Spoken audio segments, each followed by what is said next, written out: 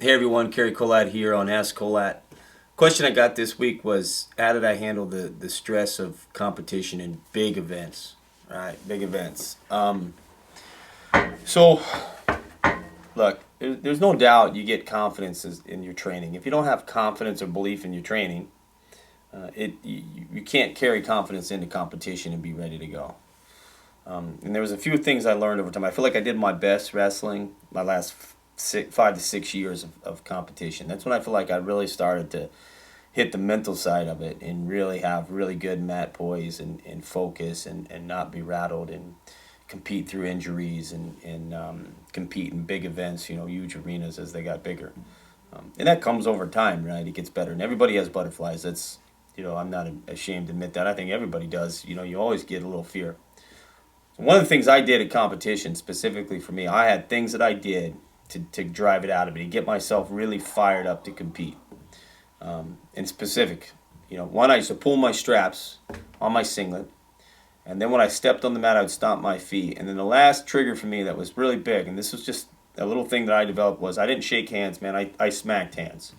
I got yelled at it by the refs all the time for it, but I needed that. Even if I'd be okay with getting yelled at by the ref, because I needed that to just boom, okay, let's go, and I'd start moving my hands and feet, and at that point, it was gone for me. Because I didn't do all that training to get to a state or NCAA final or world final just to let fear lock me up. That would, to me, it'd be unbelievable for me that anybody get that far and then they'd fall apart, because of fear of losing. For me, it was always about how am I going to win this bout. And it didn't happen overnight, right? When I started wrestling, I had fear, and it had to get driven out of me by coaches talking to me and watching guys compete. But when I say I did my best wrestling the last 5 or 6 years of my career, specifically, there's a person that comes to mind that really, when I watched him win the world championships in '95, really showed me mat poise, mat control, self control.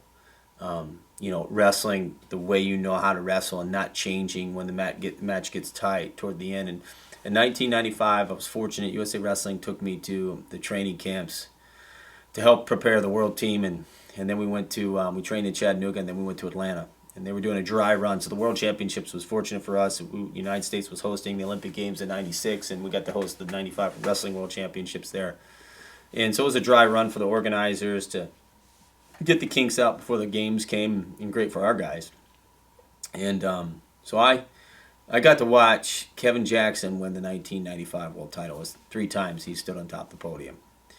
And, some people may not have appreciated Kevin's style because it wasn't high-scoring matches all the time. But when you're a competitor and you get to see the World Championships live for the first time, it's different than watching it on video. When you're in the arena and feel the vibes and the tension and the stress that could come along with it. Kevin's style was position-oriented, and I can't remember when he scored his point. I can't remember the exact amount, but I know it was a tight bout. It might have been 1 point is what I believe. And back then it was 1 5-minute period, and if you didn't score 3, you went to a 3-minute overtime. And so Kevin, I think, scored early. And watching him win the world title by never changing his wrestling. Like, he wrestled exactly how he knew Kevin Jackson did his best wrestling. Where his hands would be, how his feet would move. And what he didn't do is he didn't do the when you watch a football game where at the end of the game, the defense has done a great job. It's a tight game, and all of a sudden the offense starts running the hurry up offense. All of a sudden you see the defense fall apart. It's like the most frustrating thing for me to watch when a football team falls apart like that. Do what you've been doing. Don't change anything. And that's what Kevin did. When it was 1 minute left on the clock and his opponent knew that he was running out of time and he stepped up his wrestling, Kevin's wrestling didn't change. He matched the pace. He didn't start, overreacting. How many times you seen a wrestler when he's been in the lead the entire match and then in the last 30 seconds the other guy starts coming? He starts overreacting in his feet and he's sprawling too soon and he gets spun on. None of that changed, and that's why Kevin Jackson's a 3-time world champion. His mat poise at winning world titles was matched by no one at the time when he was at the peak of his game. And watching him not become stressed out when he only had a small lead and not give up the takedowns and not get rattled by the fans and not get rattled by being in the world finals, that said a lot to me. I was like, wow, that's now it wasn't necessarily the same style I wanted to wrestle, you know. Kevin was a different style guy than me and a different body shape. But what you do when you're in the world finals and how you react to somebody when you're in a tight bout said a lot to me, said a ton. And so I was fortunate to watch him win. And I use that example, I'll tell you, and this guy is probably a good resource to go to as well. When I by default, Jamil Kelly became my training partner during my Olympic run because my training partner got injured in Colorado, and John Smith was the coach at the time, and he said, "Look, I got a guy, Cary, if you want to try him out." And that was his word, funny. You want to try him out, you know, and use him as a partner. He might be good for you, you know. And so I said, sure. I didn't really have anybody else at the time. So Jamil was at the camp, and I remember this to this day.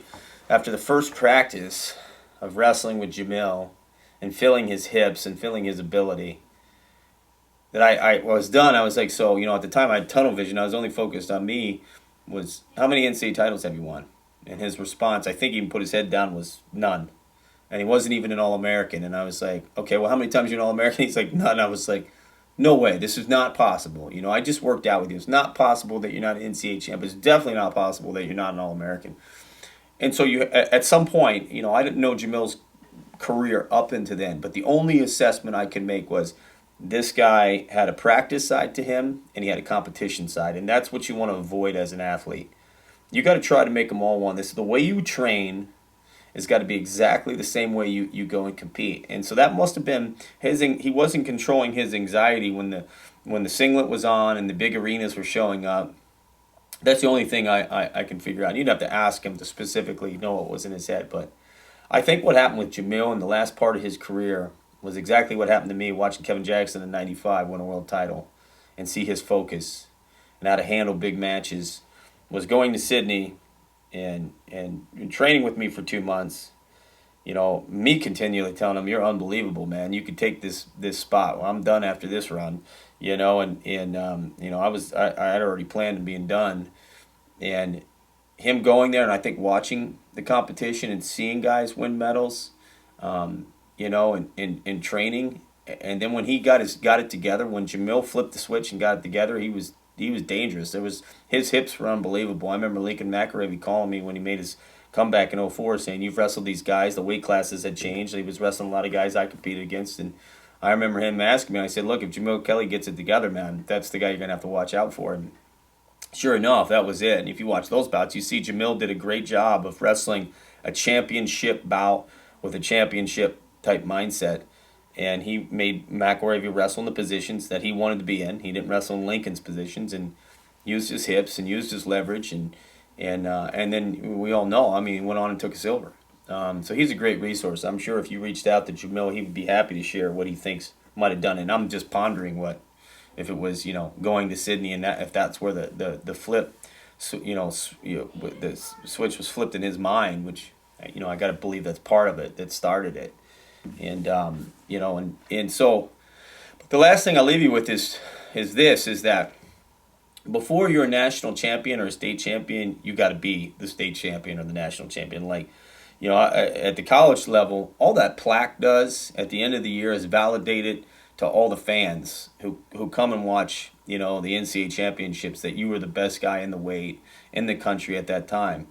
Every day you wake up, your training needs to say, I'm the national champion. Your conditioning workouts need to say, I'm the national champion. And the biggest thing is your self-talk to yourself has to say, I'm the national champion. You know, doing your best, you know, saying, I'm going to give it my best, that's a cop-out. That's a way out, right? There's key words you got to get rid of in your language. You know, giving it my best is just a nice way of saying I need a back door in case things don't go my way. Or I'm going to try. Trying is the same thing. Try is probably the biggest word that I hate when I'm talking to someone and they say, I'm going to try and do it. And either do it or don't do it. Be committed or not committed to it. You know, and that's what state champions and national champions and world champions do. They're committed. And their training reflects that too. They're going to really compete. They're going to make it all one. It's not going to be practice guy and game day guy. The guys who can get the levels almost even, right? We all know there's going to be some game day to it. Especially, like, you know, the question is when you got a chance to wrestle in 15,000 people at the NCAA tournament, you're either the guy that says, oh, wow, I get to do this. I get to wrestle in front of 15,000 people. Or you're the guy that's like, oh, wow, I'm wrestling in front of 15,000 people, right? glass is half empty or half full, and you got to be the half full guy. But the way you talk to yourself and the way you train should be the same. Should be exactly the same, throughout the whole year. And that's for me, pulling on my strap, stopping my feet, slapping a guy's hand. That was my trigger to drive out fear. Watching guys compete at the highest level and making sure my practice was the same as my competition. I wanted them all to be the same. I didn't want to make changes at the very end of a match, and I don't want to make changes to my training at the end of the year. It doesn't. All of a sudden we get to the end of the year and everybody wants to make all these changes. It's too late.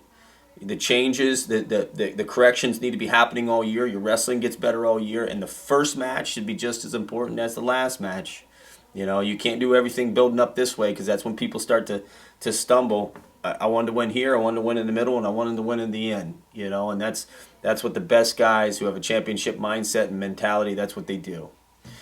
All right, well, this has been another good talk, and again, you can reach out and get questions to therudis.com or kolat.com, or post them on Twitter when they put these out there. I read them there too sometimes. But anyway, have a good night, have a good week, and I'll talk to you all next week.